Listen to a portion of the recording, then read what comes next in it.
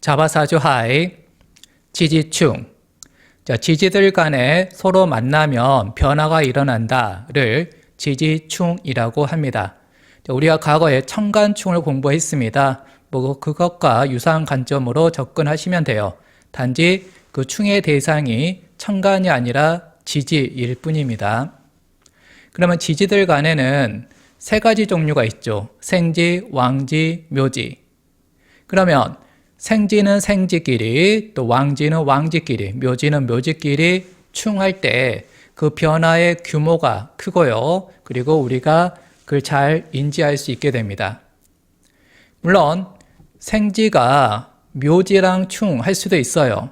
또 생지가 생지랑 충할 수도 있습니다. 그리고 변화가 일어나요. 하지만 그 규모가 작다라는 겁니다. 무엇에 비해서? 생지가 생지끼리 충하는 것에 비해서는 그 변화가 작아요. 그럼 변화가 작은 거, 큰 것을 왜 구별하냐? 변화가 큰 것은 여러분들이 그걸 인지하게 되죠. 그 사건이 일어난 것을 알게 되죠. 하지만 변화가 작게 되면 오히려 모를 수 있습니다. 안 일어났다고 거짓말을 할 수도 있는 거죠. 자, 당장 여러분의 심장에서 피를 계속 생산을 해내고 있습니다. 하지만 대체 몇 리터를 생산하고 있는지 모르잖아요. 자, 여러분들은 계속 호흡을 하면서 산소를 들여 마시고 있고 이산화탄소를 뿜고 있는데 대체 내가 얼마만큼의 산소를 마시고 얼마만큼의 탄소를 내뱉는지 모르잖아요. 그러니까 내가 호흡이라는 변화가 있지만은 내가 인지를 못하고 있는 겁니다. 그러면 여러분들 사주를 보실 때도 내 인생이 궁금해서 사주를 보시는데 이왕이면 내가 인지할 만큼의 변화, 그 부분을 살펴보시는 게 좀 더 효율적이겠죠. 자, 그러면 이 지지들 12개 중에 먼저 인부터 살펴볼게요. 인은 생지죠. 그리고 목입니다. 그럼 목과 반대되는 것은 금. 그리고 생지는 신. 그래서 인신충이 있겠네요.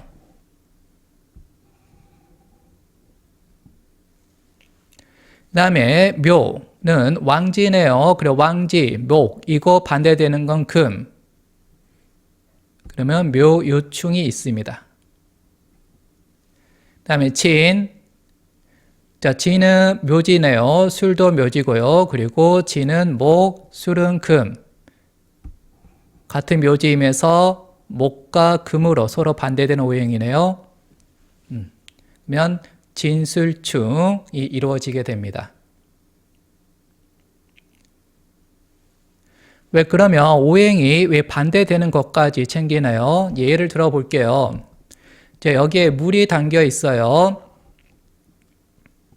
그러면 물이 이렇게 있을 때 여러분들은 그냥 물이 가만히 있어요? 고여 있어요? 라고 말을 할 겁니다. 하지만 그냥 우리가 인식하는 그 범위 내에서 가만히 있다는 거지 실제로는 수많은 사건들이 이 물 안에서 일어나고 있죠. 하지만 이 상황에서도 만약에 여기에 수가 더 보태진다라면 변화가 인지가 돼요. 그래서 그 변화를 여러분들은 물이 넘쳐요. 물이 증가했어요. 물이 흘러요. 이렇게 표현을 합니다. 그러면 수가 덜어지는 것보다도 이 수에 화가 들어오게 되면은 그 변화의 규모가 훨씬 더 크겠죠. 그 변화의 규모가 훨씬 더 크기 때문에 불이 나면 물 뿌려서 불을 끈다. 이런 식으로 여러분들이 접근하게 되죠. 그래서 우리는 그 변화의 규모를 봤을 때 좀 더 큰 변화를 인지하고 싶다라면은 오행이 서로 반대되는 것끼리 충하는 것을 살피는 게 나을 겁니다.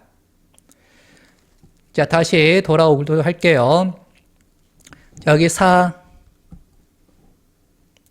그러면 사화죠. 그리고 반대되는 것은 수고요. 그리고 생지끼리 충하는 게 규모가 큽니다. 그러면 사해충이 되겠습니다. 그 다음에 오자 있네요. 그러면 자오충.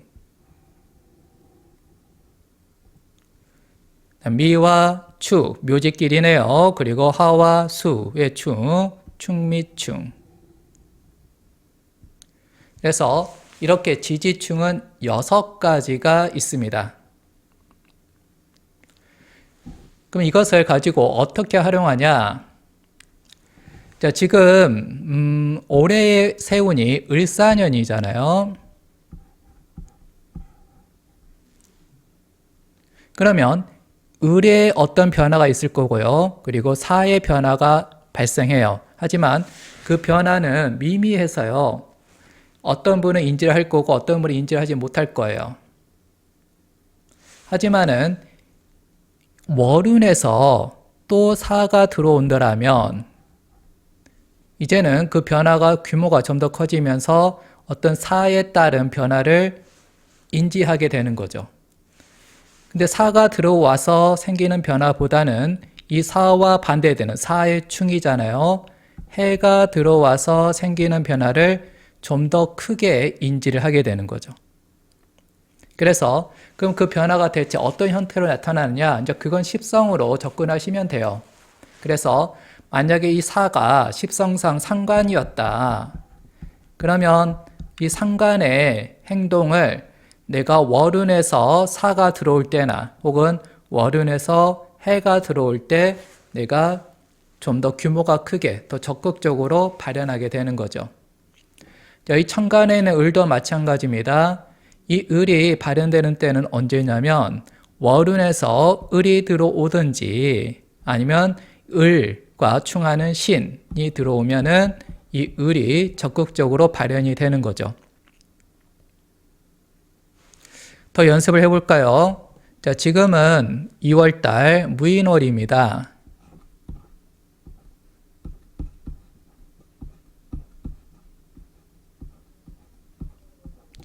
그러면 이 인이라는 기가 내 삶에서 발현이 되는 경우는 이룬에서 인이 오거나 아니면 인과 충하는 자, 인, 신, 충이죠.